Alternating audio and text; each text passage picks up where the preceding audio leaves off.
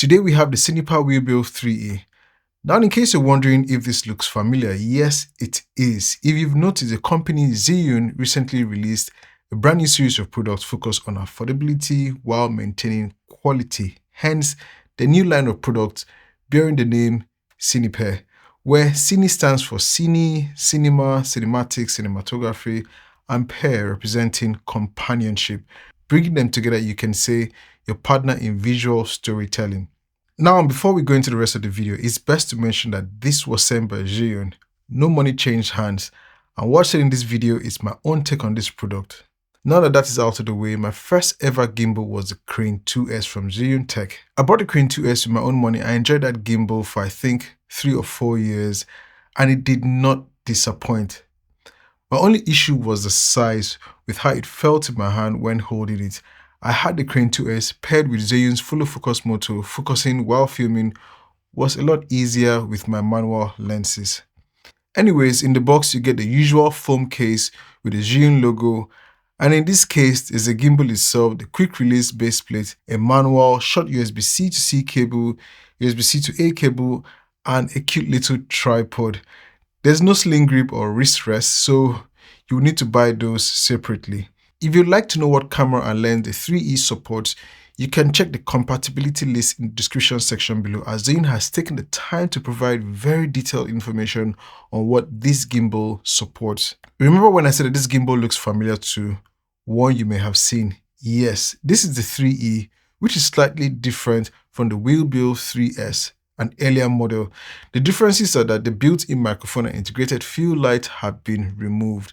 Also, the Type-C port for full focus motor's transmission is also removed, leaving only one camera control port. There's no more lens support, leaving a single layer quick release plate, so everything remains the same.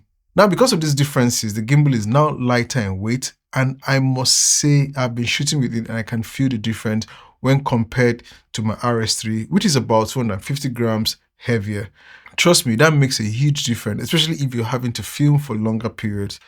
Now, in case you're wondering, my setup is usually the Sony A7iv IV, which I'm recording with, and the Sigma MC11 adapter, and the Sigma 18-35 f1.8 lens. And that's because most of my lenses are EF mount. Sometimes I'll add on a variable ND filter or a diffusion. So this is a heavy setup, and I'm amazed it balances and handles it very well. According to the manual, it should be able to take a maximum payload of 3 kilograms or 6.6 pounds. Now, the funny thing is that the RS3, which I own, and even the newly released RS4 from DJI are heavier and more expensive gimbals, have the same max payload of 3 kilograms, which is interesting. Now, to build quality, the build quality of the 3E is very impressive. I have here the white and black color mix. The arms are metal with plastic inserts, and the rest of the body is made of high quality plastics, which makes it feel and look premium. For features, Zhiyun continues to boast about its size of fitting within an A4 paper when folded up. This for me is another impressive feature, as the 3E fits nicely in my camera bag without adding too much weight. I don't have to worry about carrying an extra bag. It features Bluetooth, a 0.9-inch OLED display screen, and customizable buttons. You can use it in its native portrait mode or easily and quickly switch to vertical mode without needing to buy any extra accessories. Another feature is the sling mode. For that, you get an extra accessory, which is brand new 2nd generation sling grip. Although it's still possible to use it without that, it may be a needed add-on for comfort. There's also a wrist rest that you can get when you attach it at the bottom of the gimbal, which helps with reducing fatigue.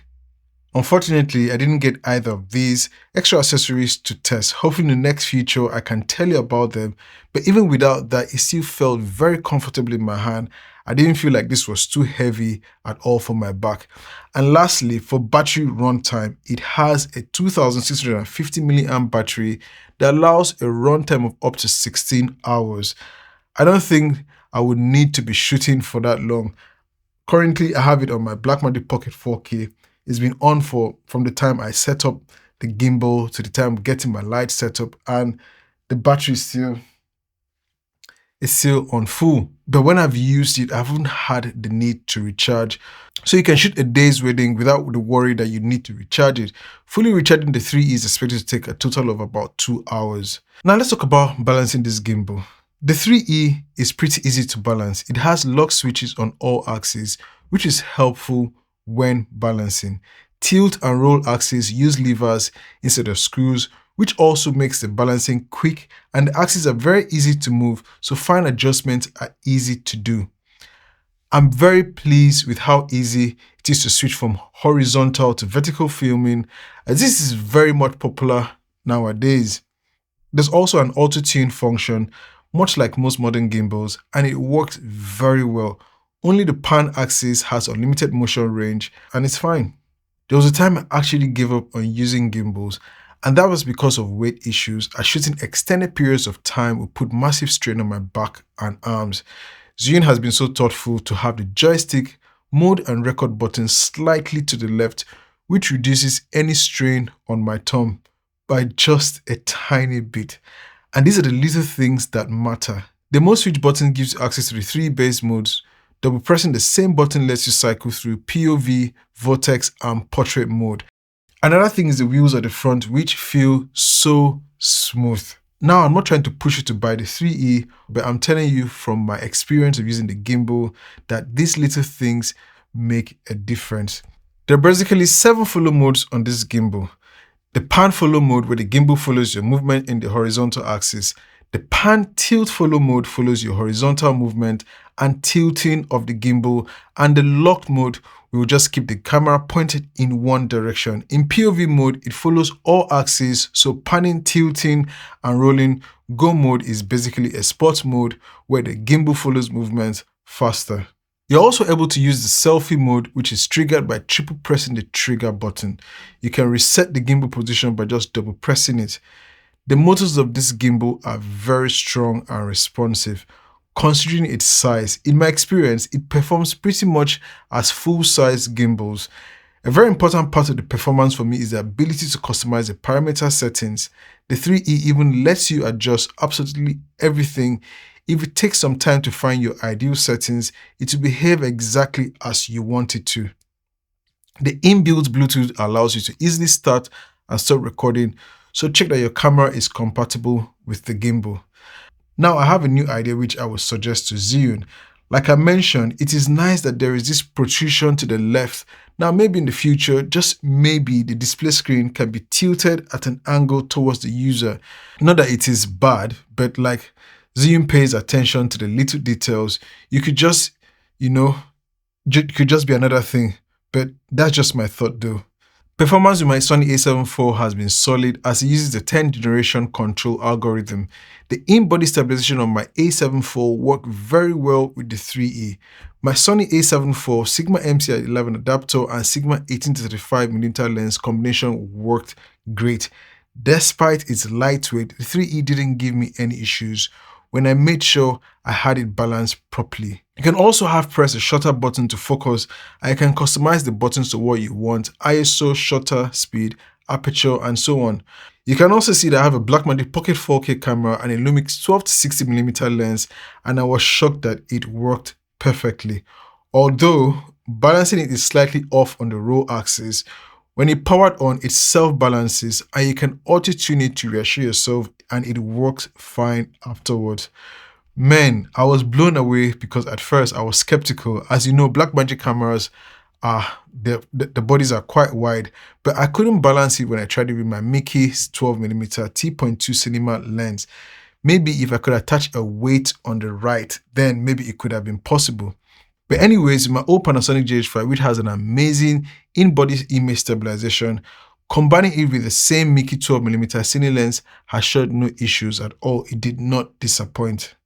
Now to the things I like about this gimbal. Number one, it's lightweight. It's actually lighter than my RS3, and already I'm sold on that as it handles my payload easily without any stress. Number two, the mere fact that this joystick, record and mode switch button are slightly to the left makes operating the gimbal a tad just easier. I'm also happy that I can easily switch from landscape to portrait mode without stress, and yet its price of $249 has me again sold on this gimbal.